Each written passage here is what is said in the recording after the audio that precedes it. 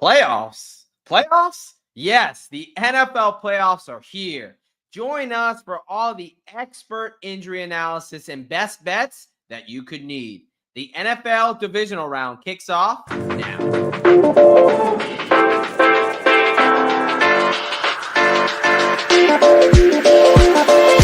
Here we go.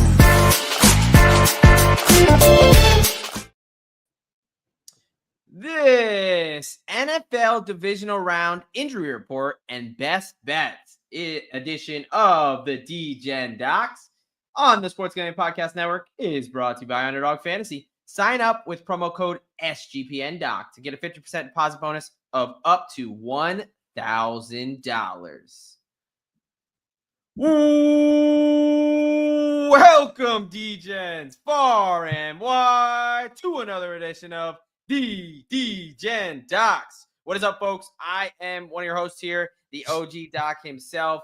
And more importantly, I am joined by my co-host, Mr. Derek Bennett, a.k.a. Professor Locks. How you doing tonight, brother? How's it going, Raleigh? Raleigh. That stash is looking good. Like Raleigh fingers, you know? Look, man, man. It is January's prime mustache season, as it was what all the kids are saying. Is this like a no-shave upper lip January for you? Well, I can only do the upper lips, so if you got a problem with it, talk to the regulations of the United States Army. But hey, man, look, first off, playoff football. And let's just cheers to that. We might do a couple of cheers here. Cheers to the entire last weekend. A couple college football games, a few NFL games, a few bangers for about 5 straight days. Hell of a weekend. Cheers to that. Right back at you. Cheers to being back. We obviously took Monday off. Just doing a Thursday show. So cheers to the show. I'm going to be doing this. It does feel like it's been a minute, and glad to be back. Most importantly, cheers to our kick-ass listeners. What is up, folks? Let us know what you're drinking. Let us know what you're hanging out with. Cheers to you guys. And look, we're going to jump right into it because we've got a lot of shit to get to. I know, look, there's only 4 games. So the way this is going to work, it's obviously a little bit of a different format. We've only got the 4 games. So going to do a little bit of banter up top. Then we're going to get right into it. We're going to break down each game by game. We're going to talk injuries. We're going to talk matchups. We're going to talk the bets we like. And then at the end, we will recap, give you our 4 best bets for the weekend, and then a couple Degen plays because it's still, look, it's playoffs. So that just means the Degen itch is just that much more. So that's what we got on tap. Look, man, why don't we start with one of the funniest photos / plays from the weekend. Have you seen this picture? Let me see here. See if I can pull that up here. Maybe.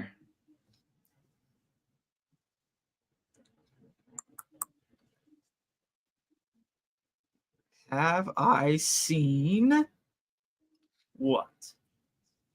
Is it up? Here we go. It is. I don't know if I've exactly seen, the spread eagle photo there, but I have definitely seen the video multiple times. That's one of the wildest sacks I've ever seen. Well, I think the worst part if you can even say that. Like, I don't even know if you can really even call it a sack for him. Yeah, no, I think the worst part is the fact that there wasn't a penalty called. That's fair. Like, you know what I'm saying? This wasn't even the sack. Like, the sack already happened. He's already on the ground. And this just, like, the ref is looking right at him. I think it is so funny. I mean, look, man, no love lost for Sam Darnold there. I know you were on the right side of that. One of us picked the right side on that one. Yes, you took Matthew Stafford and I took Sam Darnold. So I deserve whatever fucking pain he put me through. Yep. But seeing that play. Hey, you were calling for Sam to turn into a pumpkin all season. And he just kept proving you wrong. And you finally came around. Just 1 week. I know. I had faded him in week 18 against the Lions. Yeah. And he then showed who he truly is. I just was like, no, Aaron Glenn, the Lions, they figured it out. Now, clearly Sam Darnold just is maybe awful again. So good luck to his, maybe we pour one out for Sam Darnold's offseason deal, because he lost himself several $1 million in the span of 2 weeks. So poor Sam Darnold there. All right. One conversation I do want to have with you really quick, and then we will actually talk a little bit of the College Football National Championship. I know you've got some rooting in. But before we do that, Mike Tomlin. Is it time to have the Mike Tomlin conversation? He's now lost 6 straight playoff games. He hasn't won a playoff game since, I believe, 2016? Yep. Doug Peterson has been hired, won a Super Bowl, fired, and rehired in the time frame that Tomlin has won a playoff game. And the fact that none of them have been relatively close. All double-digit losses, all getting essentially blown out by halftime. You, noted Steelers fan, where are you at, man? Like, are your opinion changed on Tomlin at all? Is he? I mean, obviously the Steelers said they're going to bring him back. As a fan, where are you at with Mike Tomlin? Yeah, I mean, I still go back to, I think it's not really a Tomlin issue, in my opinion. I think it's more of they try to stick Band-Aids on things that you just can't, right? Like you try to bring in, these veteran wide receivers or quarterbacks that are past their prime, haven't really done anything for a year or two. They're coming off injury, whatever it is, they try to make it work. They try to almost do like the Patriots did for decades, right? And bringing in dudes that have proven themselves elsewhere, maybe have some issues somewhere, and they just haven't hit on the right guys, right? And I think it's one of those things where some of their draft picks have hit and a lot haven't in the recent years. Really going back the last 4 or 5 years, they've had some okay dudes, but they haven't really picked up any great guys in the draft. And that's where the Steelers organization really has brought in the talent over the years. They don't make big trades. They don't usually bring in a bunch of free agent guys. It's all in the draft. And they haven't found any great guys in the draft recently, it seems like. Yeah. Okay. Yeah. Look, again, maybe a year ago or so, I was very much like, you guys are crazy. As a noted New York Giants fan, we, ever since Tom Coughlin, we've been a carousel of shit in the head coaching department. But man, 6 straight playoff losses, and just like teams that you felt really never had a shot at winning in the playoffs, right? It's one thing to have a winning record, but you just could tell definitely the past couple of years, these teams were really limping in. And, it's just like they were not a contender despite their record. So, look, I think that honestly, I would compare, it's almost like the opposite of the Rams this year, right? I mean, the Steelers were overall fairly healthy coming into the season, but over that 4-game span going into it, they were kind of beat up. And the Rams, exact opposite. They were beat up really, really early, and now they've caught fire. You got a elite quarterback in Matthew Stafford. Yeah, Steelers just don't have that at this point. Yeah, I think we've talked about. I think the quarterback position is the biggest position. You got to have a good offensive line, and you got to have a quarterback. So in this league, so look, man, having the week off as far as taking Monday off as usual. There's been so much stuff that we could talk about. Todd Bowles can throw himself in a locker. AJ Brown reading a book. You got the Eagles Packers fan stuff, but people want to hear us talk football, so that's what we're gonna do. And despite us getting closer to the end, we do have playoff football on Saturday, on Sunday, and on Monday. We're gonna start a little bit backwards. We're gonna start with the Monday night college football national championship game. Your Ohio State Buckeyes taking on the Notre Dame Irish. That spread, I know it opened up at 9.5. It's got down to around 8, I think, 8.5, depending on where you get it. We were going to just talk more big picture stuff. Obviously, you got to think you're taking the Buckeyes here, being a Buckeyes fan, being in Ohio, from Ohio. Tell me and the great people why Ohio State rolls in this matchup. Yeah, I mean, have you looked at the rosters? We've heard about this the Buckeyes went out and spent $20 million on the roster this year. There's a reason why those dudes, charged the University of Ohio State what they charged them, because they're fucking good. And if you were to look at position group by position group by position, there's nowhere that you're taking a Notre Dame position group over the Buckeyes. Look, Period. I will say Ohio State does seem like the David in this situation, but they've got the money. They've got, the NIL and all this other shit, the talent, the stars on the roster. But You know what these guys don't have? These guys don't have the one, the only Mr. Lou Holtz. All right? You don't have Lou Holtz. And Lou Holtz, I'm just going to defer to the legend himself. He said Ohio State has the talent, but Notre Dame has the heart, the culture, and the defense to win this game. Stay patient, run the ball, trust the process. Notre Dame wins a close one by 3. Remember, we're Notre Dame, and they ain't. But really, I want to get to what he says here. He says, if Notre Dame doesn't win, it's because we want to preserve Ryan Day's job. I was originally going to be at the game in spirit, but now I'll be dragging my body along as well. What do you have to say to recently 88-year-old Lou Holtz and this wild fucking, controversy / rivalry with him and your head ball coach there, and Ryan? I have no idea what that is, to be honest. I think Woody Hayes is just rolling over in his grave, just cackling, because he's saying the same thing, or he would be saying the same thing. Run the damn ball.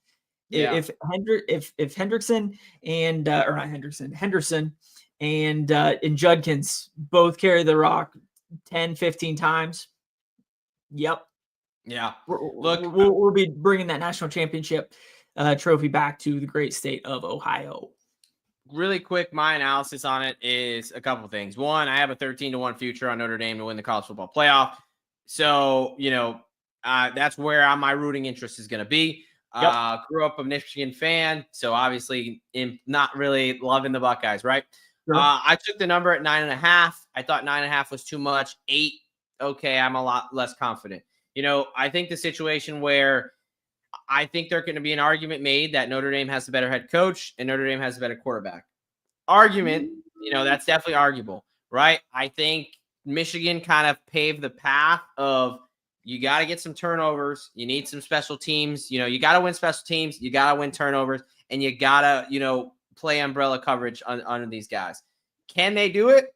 We'll see. I'm definitely, not going to tell you I'm super confident in Notre Dame pulling it off. Sure. I do think they have a better chance than Vegas is giving them.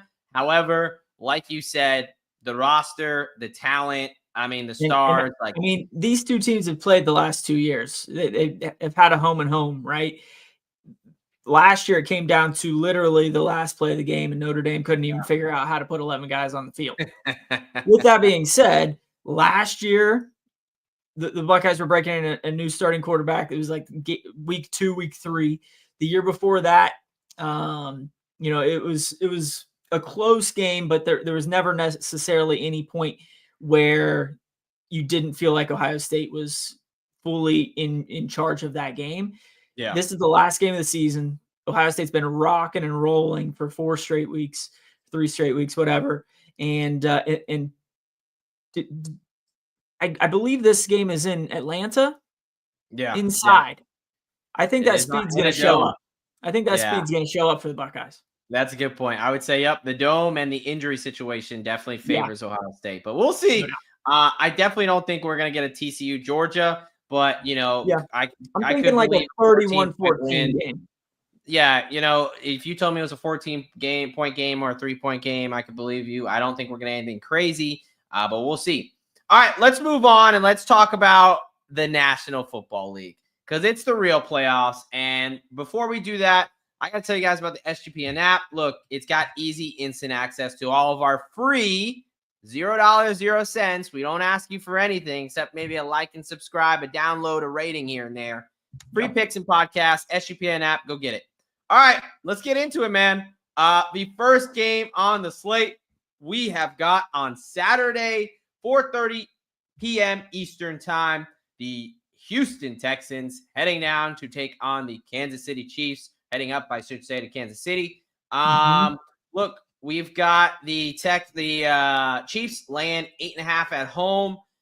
Texans obviously catching 8.5 the other way. Money line plus 350 for the visitors, minus 455 for the home team. Over under sitting at 41.5.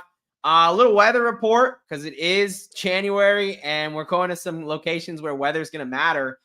Looks about low 20s, partly sunny, 18 to 11 mile an hour winds with 18 mile an hour gusts. So it's going to be cold, right? It's going to be chill with the wind chill. It'll probably be closer to the teens, if not closer to single digits.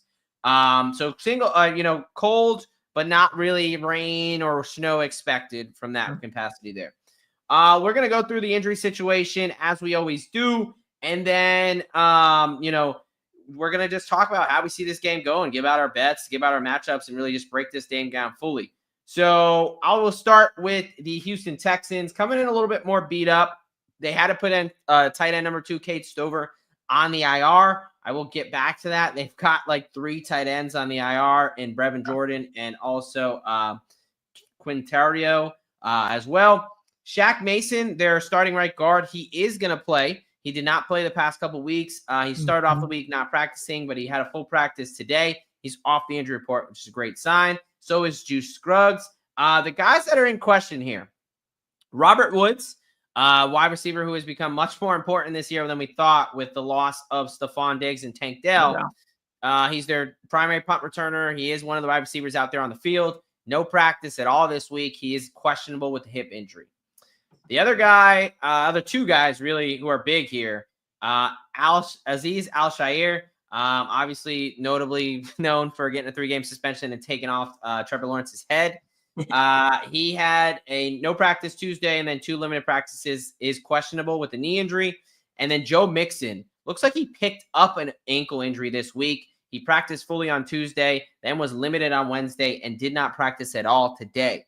Now he's questionable. The expectation is he will play, but clearly Woods, Joe Mixon, and Aziz Al-Shaair are going to be at least limited in this game, if not out here at all.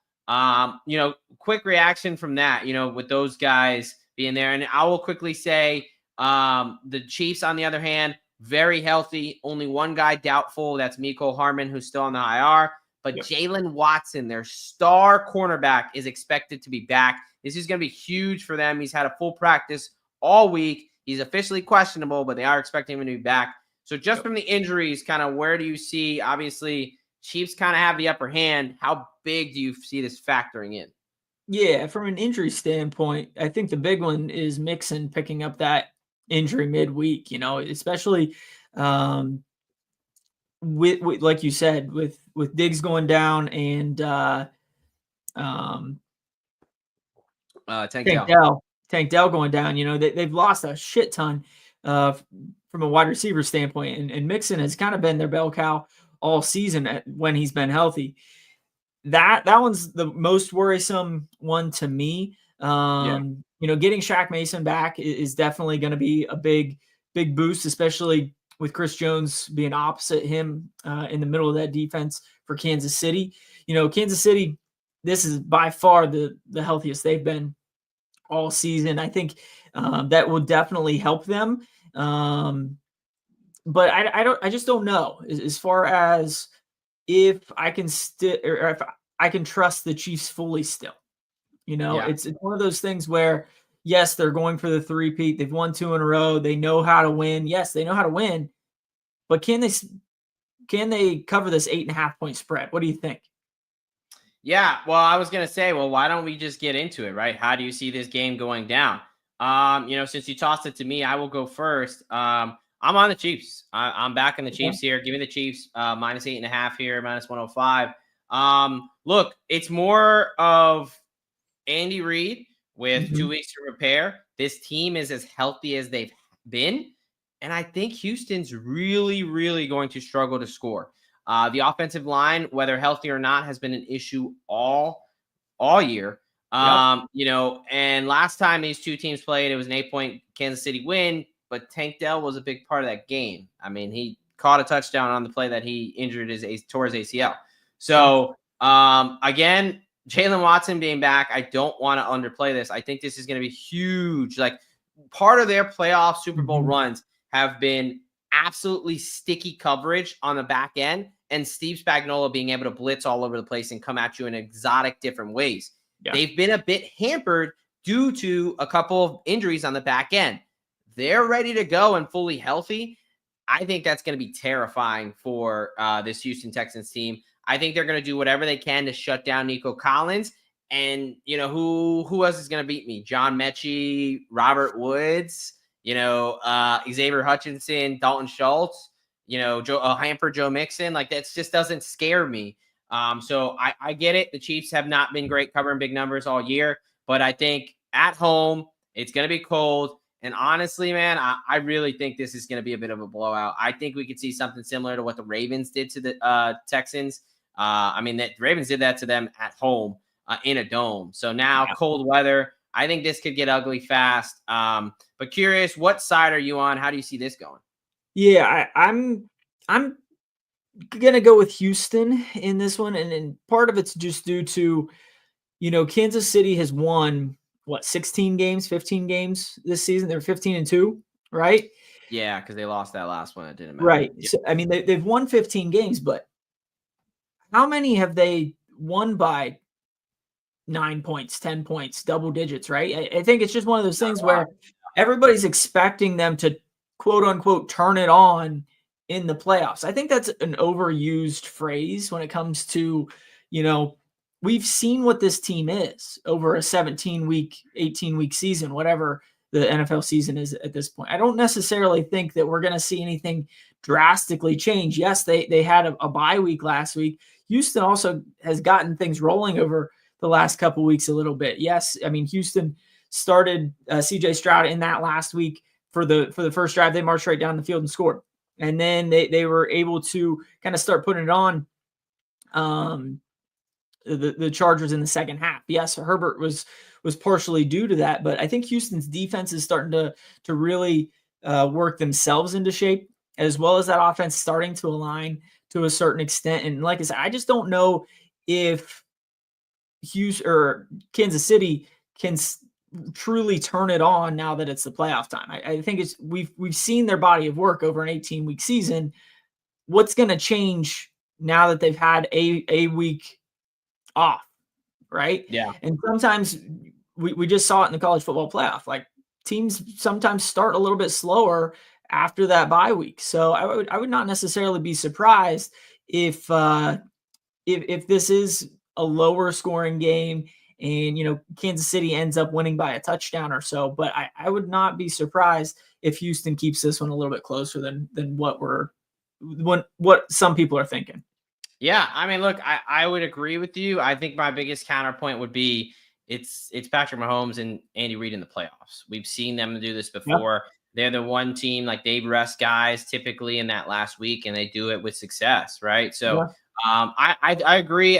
This season it's not looked dynamic at times, but for me, it's less of the Chiefs and it's more of the Texans haven't really looked that good themselves. Yeah. Even early on in that game last week, before the CJ Stroud made a hell of a throw on that kind of botched snap, whatever you want to call it. Right. That offense was looking very anemic. So that's where I'm at with it. But, we're on opposite sides there. Why don't you tell me how you see the game going? Let's talk a little bit of props here. Yeah. What do you got? Prop wise, I am a little heavier on Kansas City. Like I said, I'm going to take Houston 8.5, but I do expect Kansas City to win the game outright. So it's playoff time. That means Patrick Mahomes and Travis Kelce get rocking and rolling. So I do expect them, those two guys, to play pretty well. Mahomes touchdown to interception ratio in the playoffs is outrageous. So I do think that Patrick Mahomes will go interceptionless. If I don't think that's a word, but I think he'll play a pretty clean game. I took his under a half interception at -110. But it also means that, hey, it's playoff time.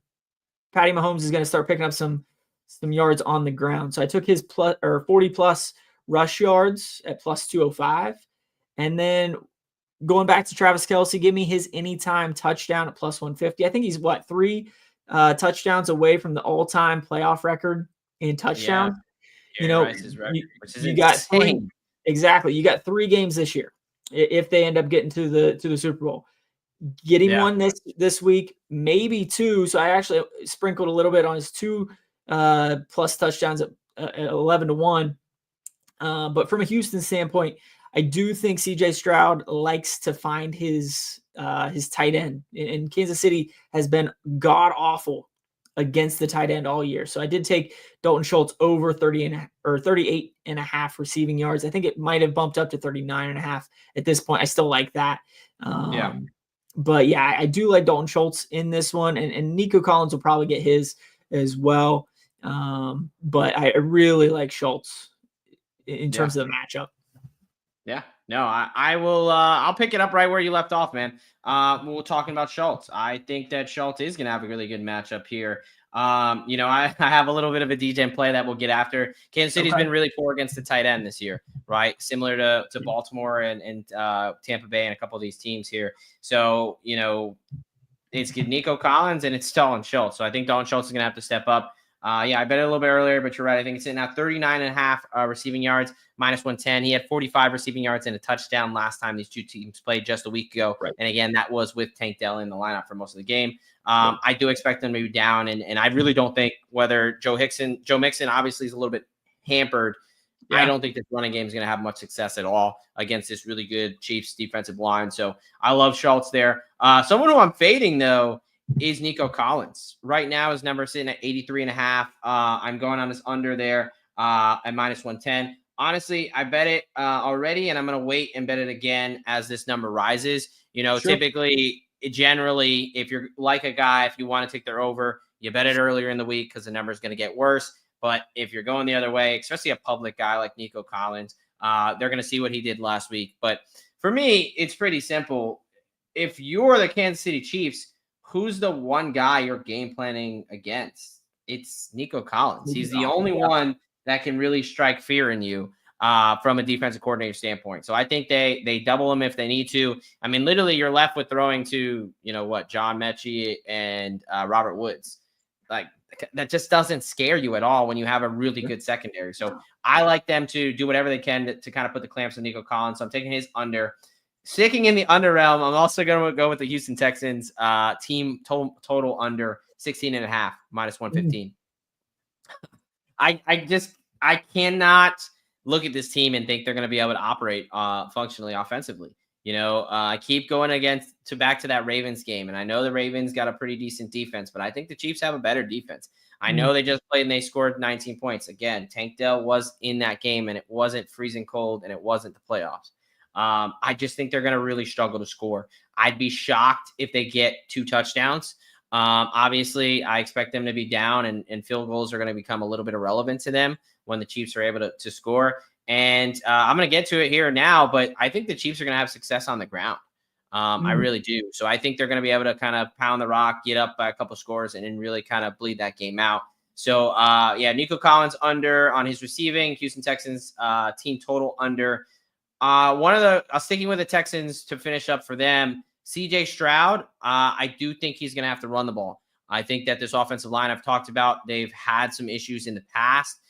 He had, I think his yards at 14.5 are a good play, but I like his longest rush attempt over 8.5 even more. I just think, hey, it takes one scamper. We saw it last week to kind of get them juiced up there. It was more mobile than you think.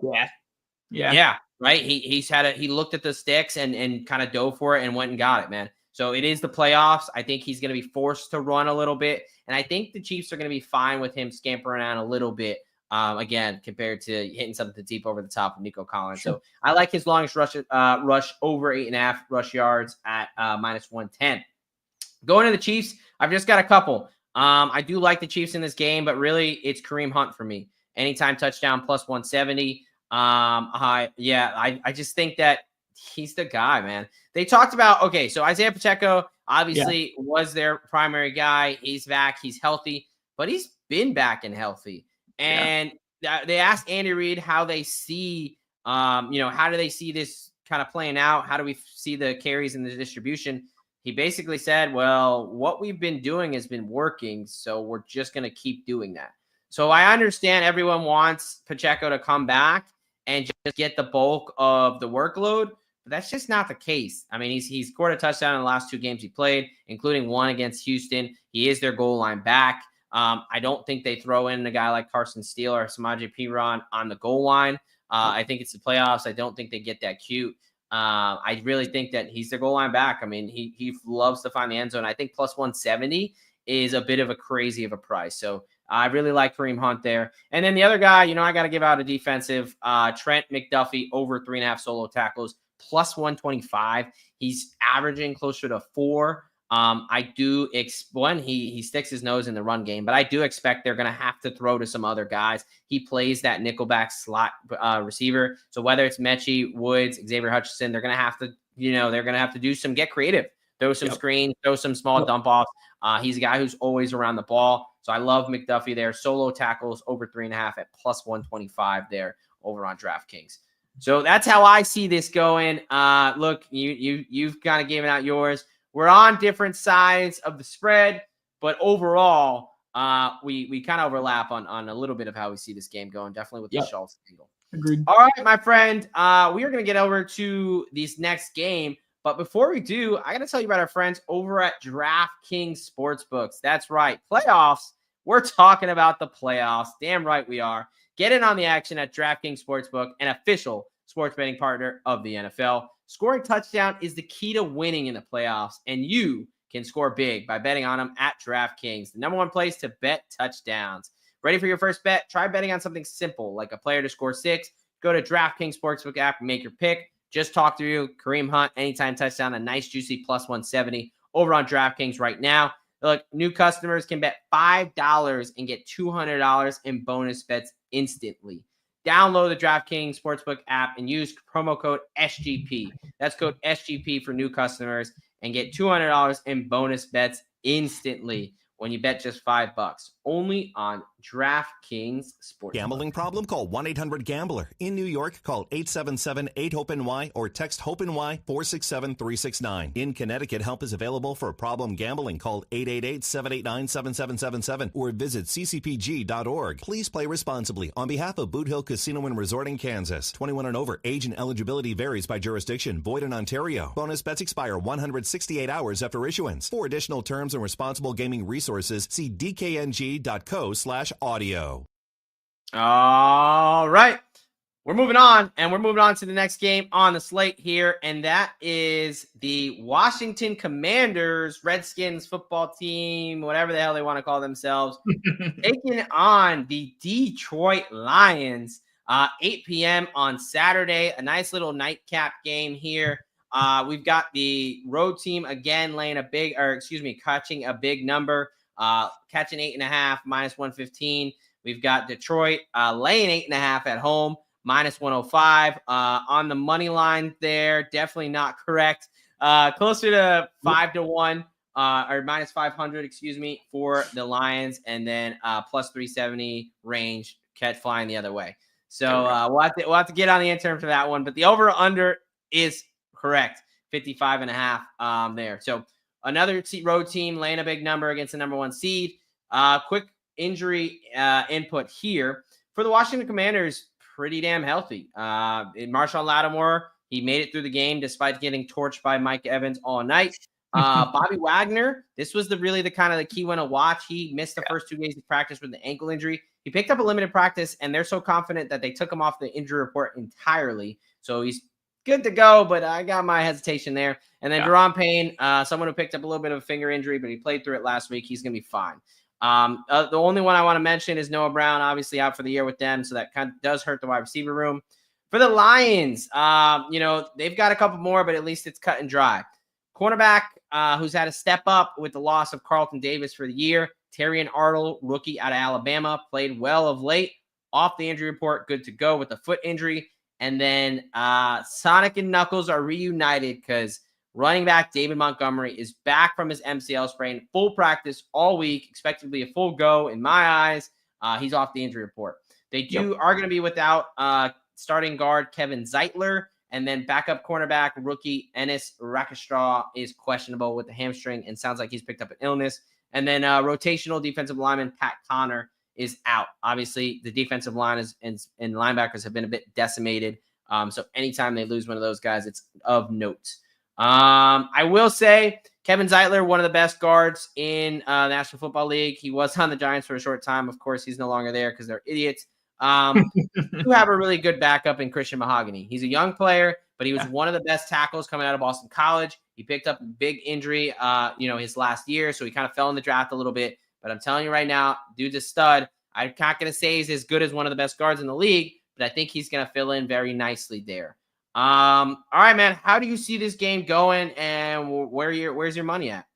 Yeah, I definitely going more the Lions on this one. I think the Commanders have just had an awesome season. I had Jaden Daniels as the rookie of the year.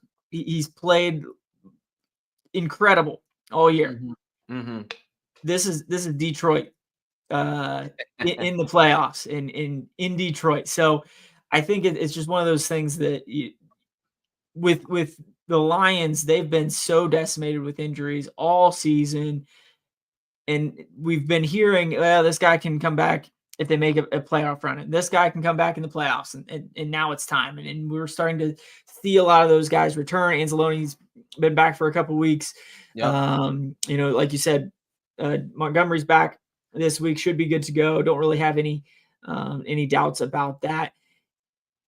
Give me Detroit. Yeah. With the points, I just don't see how Washington can really match up with the buzzsaw that Detroit is at this point. Yeah, I'm right there with you, man. It's going to be boring, but I'm on the chalk both these first two games. I think the 1 seed rolls. What I will say, as opposed to Kansas City, we know the Detroit Lions can score. We know for a damn fact they can score. They're going to go for it on 4th down. But I mean, Washington is the number 30th against the rush. They have a terrible rush defense. They're not going to be able to get the Lions off the field. I like the Lions wide receivers, even though they have Marshawn Lattimore. Their secondary, they've been pretty damn good, letting up only 190 yards through the air. But this Lions team can just score on anybody. There is no defense in the league that I don't think, that I don't trust the Lions to score. And the Washington offense, they're pretty damn one-dimensional. They've really struggled to run the ball. And they just relied on Jaden Daniels to do just about everything. Terry McLaurin, a stud. I'll talk about him in a second. Definitely. Outside of him, I don't know if anybody on that team scares me. I mean, there's only so much you can ask the rookie quarterback to do. Look, I think that they'll have a little bit of success, but I really, really do think, like you talked about, this defense is getting healthier. And what they showed me against the Vikings and, the past couple weeks when they've had to have it, they've stepped up. I think Alex Anzalone is the biggest difference, him being back in the lineup with the communication for the linebackers. And this is an offensive line in the Commanders that has been improved from last year, but they're still not great. It's just because they were one of the worst units in the league last year. Yep. So, if you have a really strong offensive line, that may give some problems to the Detroit defense, right? But in the same token, if you have a really good offensive line, it's definitely going to give problems to the Washington Commanders. And the Lions, in my opinion, have the best offensive line. Which is kind of surprising with Jared Allen, coming back over the last few weeks. And I expected him to make a huge difference and really give that defense a boost. I haven't seen it yet. Yeah, you're right. Yeah, no, Jonathan Allen coming back from his back injury, man. Yeah, but I thought the same thing, and it hasn't looked much better, right? The Bucks, I know they got away from the run, but there was holes for Bucky, and you saw him break a couple big ones. So, all right, man. What are you on in the props in this one? Both taking Detroit. Where's your where are you at in the prop market? Yeah, I think Detroit's going to run the ball at will, and I think with Montgomery coming off that injury, I think he's just going to kind of return back to his normal form. So I took his over 47.5 at -120. I think him and Gibbs will start to really share the workload like they did towards the front part of the season, and give Gibbs a little bit of a break, especially with him toting the rock as often as he has over the last few weeks.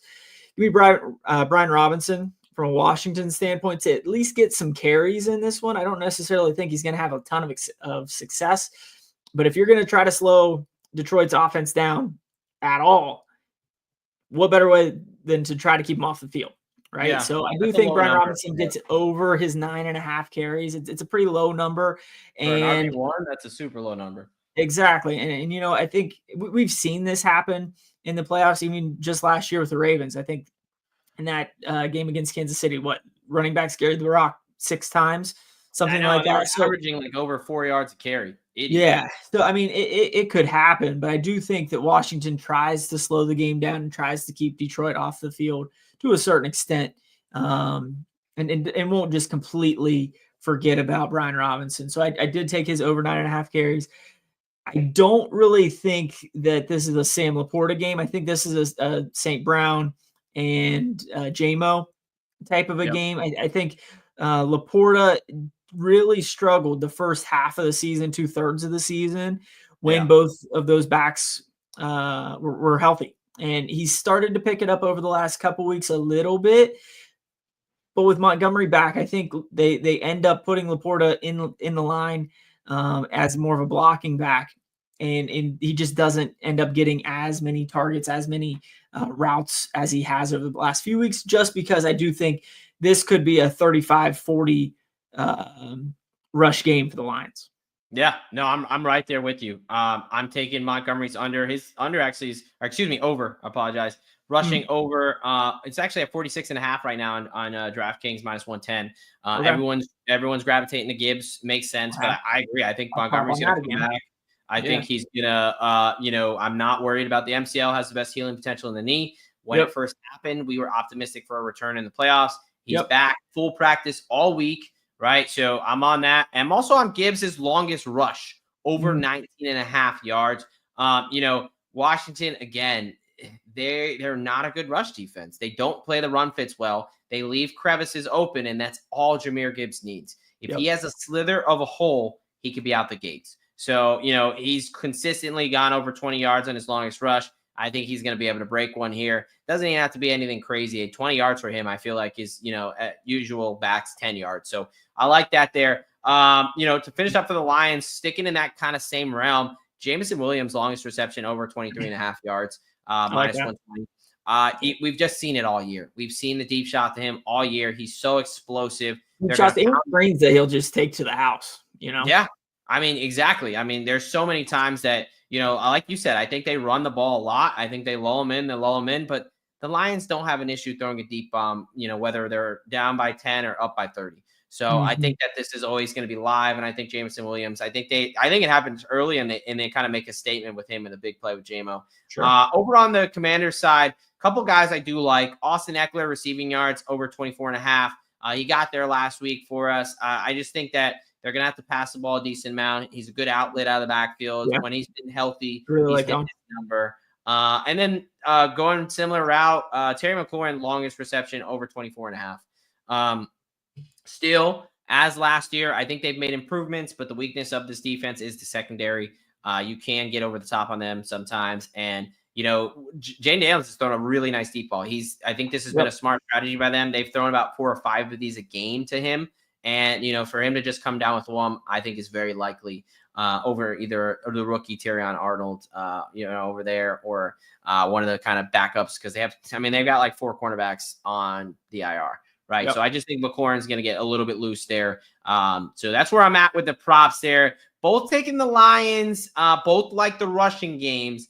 And you're fading Laporta. I'm on a couple different props there. All right. Anything else for this game? No, I think that's about covers it. Let's keep it rolling. And before we do, I got to tell you guys about our friends over at Underdog Fantasy. That's right. Underdog Pick'em has one of the biggest menus of all of sports. Underdog is always making it easier to win with profit boots, give me picks. They've got NFL, college football, MMA, NASCAR, whatever you could want, they've got it. Sign up with promo code SGPNDOC to claim your special pick and first-time deposit offer up to $1,000 in bonus cash. UnderdogFantasy.com, promo code SGPNDOC. And of course, as always, we're giving out an underdog play of the week. A couple of these games we have not talked about yet, but that's okay. You know, do you want to take the two we've already done, or you want to take the new one here up top? Give me Superman to find the end zone this week. I was on him last week to find the end zone. Somehow Josh Allen did not get there, but we're going back to the well. I think it just turns into a Josh Allen game at the end of the day. I mean, I think both quarterbacks, they're going to feel the pressure. There's going to be a big time game, and they're both super capable, right? I think that Josh Allen runs in big moments. We even saw him hit his rushing number, you know, his yards last week, and they were up by, you know, a large margin for most of that game. So I love that higher half a rush and receiving touchdown. Also, Dalton Schultz higher than 39.5 receiving yards. We both talked about it. We're both really like Schultz.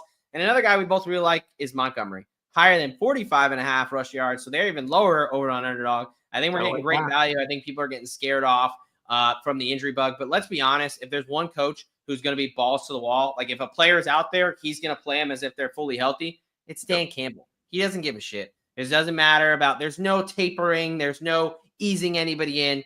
It's Dan Campbell. He's going to give Monty the carries, and he's got a great matchup. So 3 picks, 3 cashes gets you $15, plays $94 there. So nice little 6x and some change there for the Underdog play of the week. Promo code SGPNDoc for a free $1,000. All right, we got 2 more games to talk about, so let's get to it. We've got another Elements game here. We've got the Los Angeles Rams heading to the Philadelphia Eagles there. They are catching 6 on the road. Moneyline sitting at plus 225. The Eagles obviously laying the 6. They are minus 278 going the other way. Over-under sitting at 43.5. You know, another game with some elements. Now, this actually is going to be the warmest game out of the 3 that are going to be played outdoors, but we're talking low 30s. Chance of light snow. It does seem like it's going to be snowing. Nothing crazy, no crazy winds, you know, 7 mile an hour, 15 mile an hour gusts. Nothing too crazy, but there should be a little bit of dusting, some snow, definitely letting us know it is playoff football here. Let's go to the injury report. You know, for the Rams, they've got 4 guys that were not practicing yesterday and a little bit banged up. Tight end Tyler Higbee, cornerback Ahkello Weatherspoon, left tackle Eric Jackson, and starting defensive tackle Bobby Brown. 4 starters. Was a little bit nervous. Sean McVay said, Big Veg, said right before we went live that he expects all injured players to play on Sunday. So, you know, we did expect Tyler Higbee already, but it's good to know, you know, your left tackle, starting cornerback, and starting defensive tackle. Those are going to be big guys. I want to take a quick second to highlight Tyler Higbee. I made a video on it. Dude went from coughing up blood on the sidelines to getting rushed to a hospital, local hospital last week in Arizona. And now he is going to be playing just 6 days later in a playoff game. Thankfully, sometimes you can take a hard hit to the chest, a la Jalen Petrie last year, and you can get a lung contusion. And he had a partial lung collapse, actually. So anytime you cough up blood, could be something like super fucking serious and fatal. Thankfully, he's going to be good to go. Really no concerns there for Higbee. The one on the Eagles I do want to talk about, they lost one of their star linebackers, Nakobe Dean, with a patellar tendon tear injury. Yeah. I think this is massive. We'll talk about him more in the offseason about outlook. You know, this is an 8 to 10 week recovery, or month, 8 to 10 month recovery timeline. It's going to affect his next season, but he has really shined next to Zach Bond. The Philadelphia Eagles linebacker core for a long time has been very piss poor, one of the worst parts of their defense. That changed this year. They had 2 guys who really stepped up in Dean and Bond. Dean was the signal caller. He wore the green dot. He's not going to be out there. I do think this is going to have a bit of an effect on this defense that has been one of the best in the league. We'll see how this shakes up that defense there. You know, A.J. Brown's still dealing with his knee injury. He should be fine. And Dallas Goedert did not practice with an illness, but assuming it's nothing crazy, he'll be out there. So, where are you at with this one? How do you see this game going down? Well, I do have the Eagles making it to the Super Bowl this year. And I just think we've seen this game already. You know, we saw it back in the middle of the season, and the Eagles absolutely boat raced the Rams at home. And I don't necessarily think that, you know, we're going to see that Rams defense step up like they did last week against the quarterback like Sam Darnold. We got Jalen Hurts back there. Jalen Hurts and Sam Darnold are two very different quarterbacks. I don't think that defense is necessarily going to lock down the Eagles offense like they did with the Vikings last week. And I think the Eagles can get after Matthew Stafford. I think they can kind of put Kyron Williams into a little bit of a bind at times. You know, you mentioned Nakobe Dean not being out there as the signal caller. Definitely going to be definitely will miss him. Definitely would prefer him to be out there. But at the end of the day, I think, again, we've seen this game already. I don't necessarily think that it's going to be the 37-20 game that we saw back in week 6, week 7. I can't remember exactly when it is. I think it will be a little bit lower scoring, but I do think that Philly takes care of the Rams. The Rams have just been through a lot over the last couple of weeks with getting their game moved. Now they're on a short week and all this kind of stuff. I think Philly just keeps it rolling this week. Yeah, that's disgusting analysis by you, but very, very logical. Look, I will say disclaimer. This is my least confident spread of all the ones we're going to talk about. I will be on the Rams +6. Look, as a Giants fan, I hate all things Philadelphia. That's been well documented on the show. Although last week, my favorite play was Saquon Barkley rushing attempts. That cashed for us very easily, also in the alt market. I texted you, they're going to beat the shit out of the Packers. Like, I went pretty heavy in the private stock there. I'm an idiot for not, giving it out, but I just don't like this team. So at first, I was doing everything I could to kind of get myself on the Rams. And here's the reason why I ultimately am going to be taking the Rams here. I think this is as healthy as this team has been all year. With Higbee, Witherspoon, Jackson, and Brown all playing, as McVay said. I think this is a super young team. This second youngest to only the Packers. I think they've been able to mature throughout the season. And I think that, they're going to load the box and really try to let Jalen Hurts try to figure it out and beat them. Hurts did not look good last week. I don't think it has anything to do with their concussion. I think it has more to do with their passing game is just not very efficient. It's not very creative. They're going to try to run the ball a ton, and I get that. I just think that you have a better quarterback in Matthew Stafford. You have a better head coach in Sean McVay, and you have a young defense that is gelling at the right time here. This is the one kind of true dog that I will be on this weekend. Call it a little bit of a heart play. I do think the Rams with Matt Stafford in the playoffs, I just think he's a different beast. I would gladly take Matt Stafford over Jalen Hurts. And again, I talked about it. I really do think this Nakobe Dean injury is going to hurt this defense.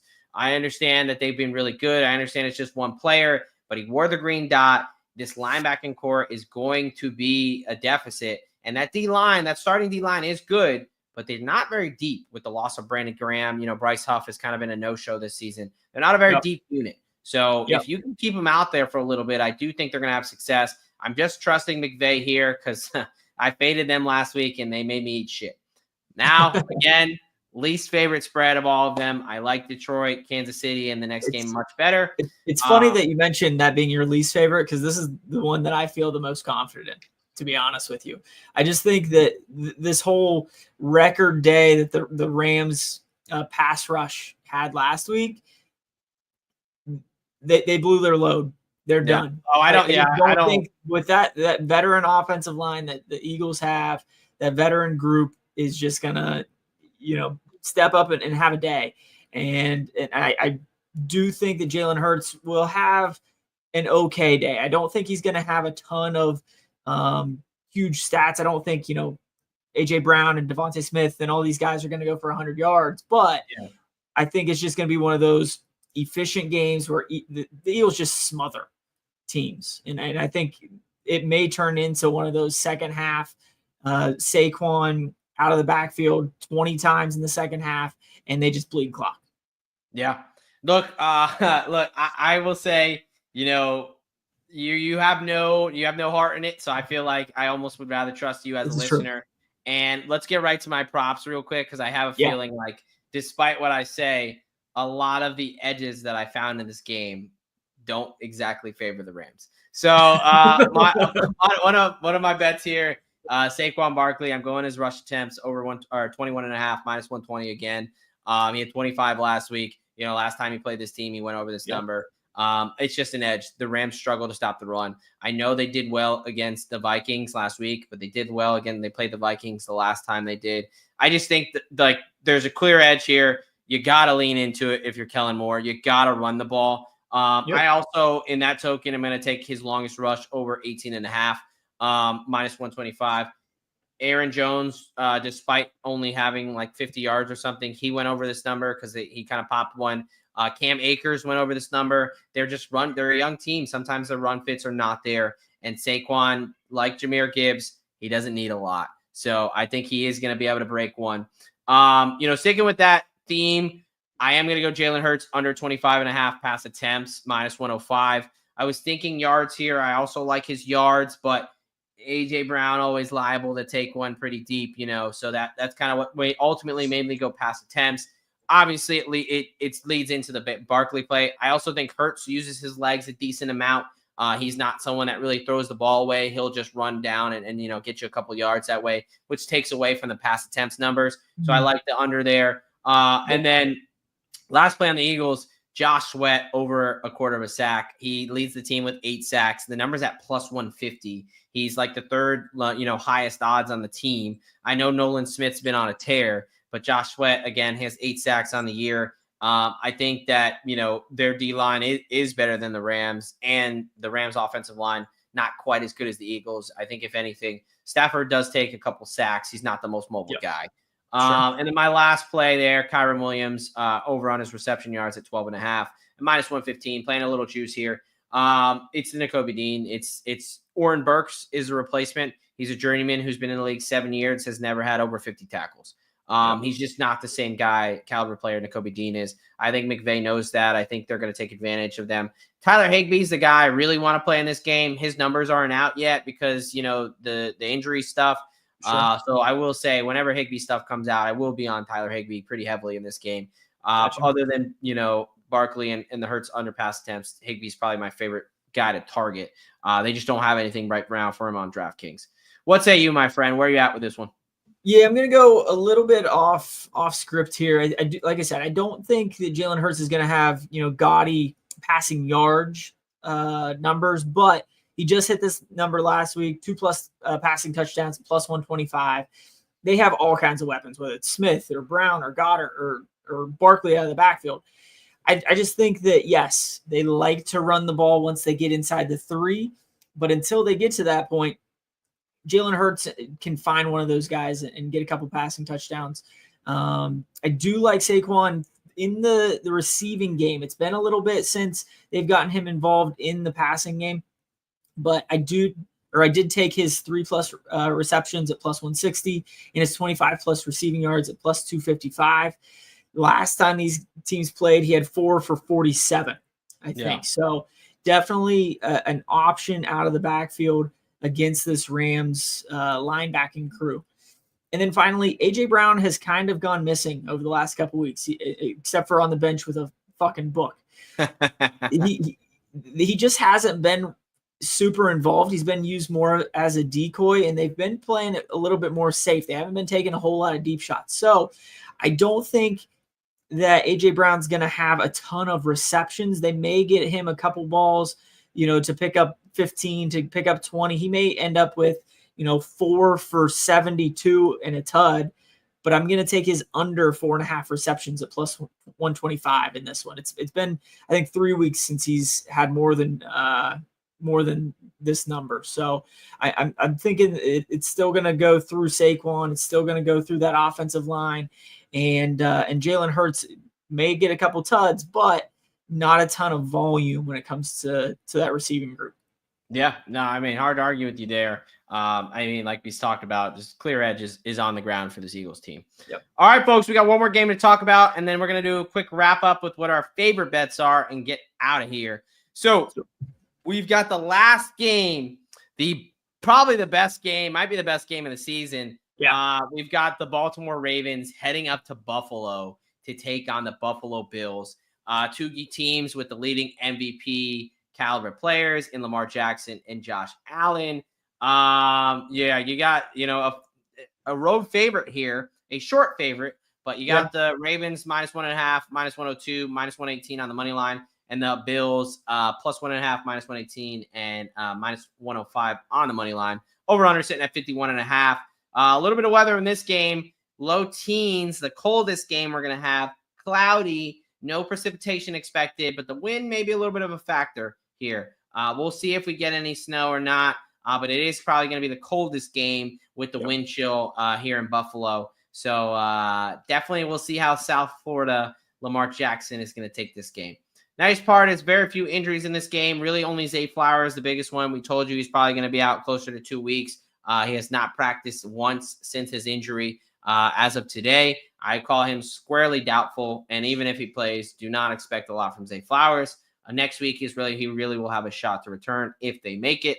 For the Bills side, running back number 2, 3, whatever you want to call him, Ray Davis, 2 limited practices, still in the concussion protocol. And then that 6 offensive lineman who was used a ton against Denver, Alec Anderson, picked up a calf injury, 2 limited practices, questionable for them. All right, man. Pretty clean bill of health for both teams overall. Obviously, Zay Flowers being the biggest one. How do you see this game going down? And yeah, man, we'll start there. Where are you at with the spread? Yeah, I think, one, I hope to God this game lives up to the hype because it should be awesome. We all expect it to be awesome. My big question is, before I get to my pick either side, what do you think about this total number? When it's supposed to be 10 degrees outside, a couple teams that love to run the ball, 51.5 seems very, very high. I would agree. Yeah, I'm not giving out an official over-under on any of these, but, I agree. I think that is too high. It's tough because both these Lamar Jackson and Josh Allen can pull touchdowns out of their ass at any point. So I think that's what you're afraid of. But I think this number is probably only going to rise because everyone's going to say Josh Allen versus Lamar Jackson, and everyone's going to forget that you're right. It's going to be fucking 3 degrees with wind, and it's going to be cold as hell. I think what scares you is that both these defensive at some point in the season have given up a decent amount of points. That's why I'm ultimately going to stay away, but I definitely would favor the under there as opposed to that popping over. So, okay. So in terms of the game, give me the home team. Give me the Buffalo Bills. A couple weeks ago when we were in the wild card weekend or the wild card show, I guess that was only last week at this time. Wild. But anyways, I think I gave out Buffalo against the Eagles in the Super Bowl. And the only way that this doesn't hit is if the Ravens win. And I don't think they're going to. So I give me the Bills. I'll take the 1.5, but I'll put most of it on the money line, to be honest with you. I think that home crowd in Buffalo, you kind of hinted at it a little bit ago. Lamar just doesn't play super well when it's fucking cold. And yes, he's got Derrick Henry back there. Yes, this offense has been humming, but the Bills offense has been too. Josh Allen has put that Superman cape on all season long. I don't necessarily think that's going to change this week in Buffalo. So give me the Buffalo Bills at +1.5 and on the money line for this one. What do you think? I'm right there with you, man. You laid it out perfectly, right? You've got a revenge spot for the Bills. Last time these teams played, the Ravens blew them out. When the Ravens were at home, the Bills were missing 3 key starters in Matt Milano, Terrell Bernard, and Taron Johnson on that defense. I think the cold weather does help Buffalo. I understand, yes, Derrick Henry in cold weather is going to be a fucking hassle to tackle. But Lamar, and with Lamar without his best wide receiver, I don't think that can go. I know it didn't matter against Pittsburgh, but I think that's more of a Pittsburgh thing than a Ravens thing. I do think Buffalo is going to load the box and they're going to put a spy on Lamar, and we'll see what he's got, right? Nelson Aguilar, Rashad Bateman don't really scare me. Tylan Wallace, it's going to be the tight ends, the running back, and the quarterback. It's going to be all middle of the field there for Lamar. So I like the home crowd. I like the weather situation. I like the revenge angle. I really do think this is going to be a great game, but I ultimately think Buffalo pulls it out in a close one. So I'm on Bills money line -105 there. How do you see this going prop wise? Prop wise, like I said, I think Josh Allen just has himself a little bit of a game. So I took Josh Allen's rushing yards at 50 plus at plus 115. His passing yards at 250 plus at plus 110. Give me his anytime touchdown as well.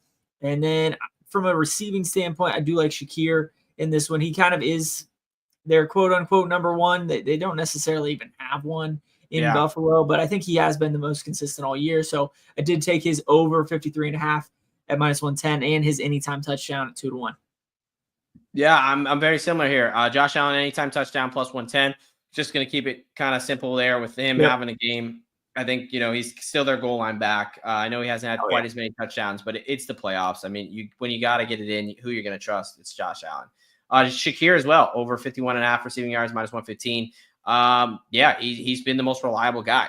And although, they say that this Ravens secondary is fixed, they've gotten better, but I think they've just played shit quarterbacks, right? Yeah, Joe Burrow has still lit them the fuck up for like 1,000 yards in 2 games he played them. I still think a good quarterback can take advantage of this defense. So Shakir there. I also like Dawson Knox over 14.5 receptions, receiving yards, minus 105. It's a guy that Josh Allen trusts. He had 30 plus yards last week, and the Baltimore Ravens are really bad against the tight end. Kincaid definitely can have himself a day, but they're going to have Dawson Knox out there on the field. I really like Dawson Knox in this game. He's got a great matchup, and it's the playoffs. Josh Allen goes to the guys he can trust. I think it's going to be Shakir and Knox. For the Ravens, I do like Justice Hill. He's been my guy all year since week 1, over 22.5 receiving yards, minus 115. And Isaiah Likely, over 36.5 receiving yards, minus 110. Gave him out last week because Zay Flowers was going to be out. They need someone who's going to be kind of like a wide receiver. Isaiah Likely. He's only probably going to take 2 or 3 catches for him to get there. I do think that he is a mismatch against any linebackers, and I think they're going to probably put their fastest linebacker on Lamar for a spy. So that's going to create some opportunity for Likely. But yeah, man, that's how I see it. We're both on Buffalo there. Okay, it's best bets time. We've been talking about these games. We've gave out a lot, so we're going to do you guys a favor, give you guys the Sparks notes. These are our favorite 4 bets for this entire weekend. Without further ado, I will kick us off here. Houston Texans team total under 16.5, minus 115 over at DraftKings. You have a situation where they've struggled to protect CJ Stroud all year long. They have one wide receiver. They have Nico Collins. They have a banged up Joe Mixon, a banged up Robert Woods, John Mechie, who can't hold on to the ball, and Xavier Hutchinson, and Dalton Schultz. Jalen Watson being back is going to be huge for this defense. They're going to be able to play man coverage, stick to those wide receivers, double Nico Collins, and be able to blitz the shit out of CJ Stroud. I think we see something similar to what we saw in the Ravens against Texans game on Christmas. I unfortunately think it's going to be a bit of a snooze fest, and I think the Houston Texans are going to really struggle to score the ball. Next up, next game here, Jahmyr Gibbs, longest rush, over 19.5, minus 110. Washington Commanders, 30th against the rush. Doesn't matter. Deron Payne is a little banged up. Bobby Wagner's a little bit banged up. We're talking about 1 touch for Jahmyr Gibbs to get loose here. I mean, the guy's one of the most electric players in the game of football right now. Going up against the 30th rush defense, this just makes too much sense. Josh Allen, anytime touchdown, plus 110. Look, MVP's on the line. AFC Championship game is on the line. All the marbles, you keep calling him Superman, especially at home. How could you fade Josh Allen getting in the end zone here? I love his anytime touchdown price at plus money. And then Jalen Hurts under 25.5 pass attempts at minus 105. Talked about it. Again, my heart's with the Rams, but ultimately the Eagles running attack, whether it's Hurts or Saquon Barkley, is the pathway to success for this game. I don't see Jalen Hurts throwing the ball a ton, whether they need to or not, but honestly, whether they have a lead or whether they're trying to play catch up, the best pathway for this Eagles offense to continue to stay on the field is through the running game. So give me Hurts under 25.5 pass attempts at minus 105. All right, my friend, what say you? What are your 4 best bets for this weekend? Yeah, I already said that the most confident game that I have is the Eagles at minus 6. I just think that they end up putting it to the Rams kind of in that first half, and then they just end up bleeding clock in the second half, basically shutting that back door shut as quickly as possible. So give me the Eagles at -6. The Bills on the money line at home against the Ravens in that revenge spot. I just think Josh Allen, it's playoff time. He wants another run at Patrick Mahomes in the playoffs, and he wants to get it done this year. So give me the Buffalo Bills on the money line at -102. Travis Kelce, anytime touchdown at +150. I mentioned it earlier. It's playoff time. Kelce and the Chiefs offense kind of understands where he is in terms of that record book. So I do think that if they get a chance to get him even closer, they will take that chance and get him in the end zone. And then David Montgomery over 47.5 rushing yards at -120. He's back. MCL is fully healthy. Has the highest healing potential of any ligament in the knee. He's ready to roll. The Lions will just end up running the ball 35 times in this game, and Montgomery will take half of those. Yeah, no, I love it. Obviously, the bottom three, I'm right there with you. We'll leave the top to be untalked about. All right, man, we're gonna get a little Degen, and then we're gonna get on out of here. Looks like you're up first. This is our Degen's only play. Looks like the professor is giving out 2 plays. Couple parlays here. Couple parlays. So I went ahead and parlayed all of my my plays together, except I do think there's a chance that the Chiefs end up covering that spread. So I ended up taking them on the money line, the rest of them with the spreads at 7-1 and some change. So the Bills, the Eagles, the Lions, and the Chiefs. And then if this Chiefs Houston game goes as I expect it to, let's get a little bit even more so, Degen. Get Kelce in the end zone a couple times. Mahomes hits his rushing prop, doesn't throw a pick, and Schultz has a little bit of a day for 85-1. Yeah, man, looking at that, like, you show me a box score after the game. When the Chiefs do cover the spread, they have a 31-10 victory there. Yeah, Kelce gets in the end zone. Mahomes runs a little bit, no picks, and Dalton Schultz has a little bit in garbage time. Absolutely. 85-1, I think, is a great price there. All right, I will round us out here for the plays. I think I just skipped over mine, honestly. Or what is it updating? We might have did you put it might be both in there. I must have just put both of them on. Never mind. Well, it's all right. I will give these out read them all. acapella. It's fine. There you go. So it's the last plays of the show. Kareem Hunt, 2 touchdowns, 13-1. I think that he did it last year in the playoffs. Again, I love his anytime touchdown at +170.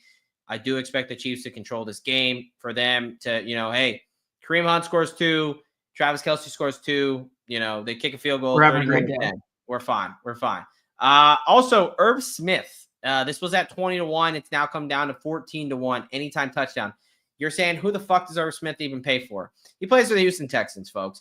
And they have 3 other tight ends on the IR. So, yes, we like Dalton Schultz because he has a great matchup. Cade Stover was getting some targets, but he's now on the IR. The only guy left is Irv Smith.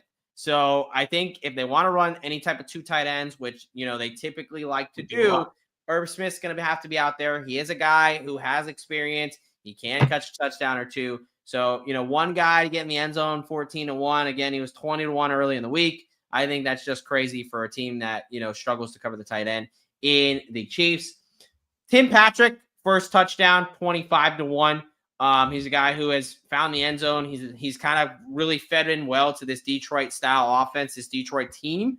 And I think he ultimately finds the end zone. So why not first at 25-1? And then finally, Dawson Knox, 60+ receiving yards at 15-1. I talked about how much I like Knox. This is in the Ravens struggle to cover the tight end. Dawson Knox, he had, close to 40 yards last week. Josh Allen trusts him in these big moments. Everyone's going to be on Kincaid, Shakir. They're going to forget about Dawson Knox. We've seen Josh Allen throw a couple bombs to him plenty of times in the playoffs. So give me Dawson Knox, 60+ receiving yards at 15-1. All right, my friend. Look, we said, hey, man, it maybe, only 4 games. It won't be that long of an episode. But you have 4 amazing matchups. This playoff football all on the line. We just had to talk ball. So do you have anything left to say to these great, amazing people that are our listeners. Yes, I just want to remind the folks, hey, cherish these last 7 or 8 football games that we have this season, right? We have 2 Saturday, 2 Sunday, 1 Monday, 2 the following week, and then the Super Bowl. We're running out of football games to watch.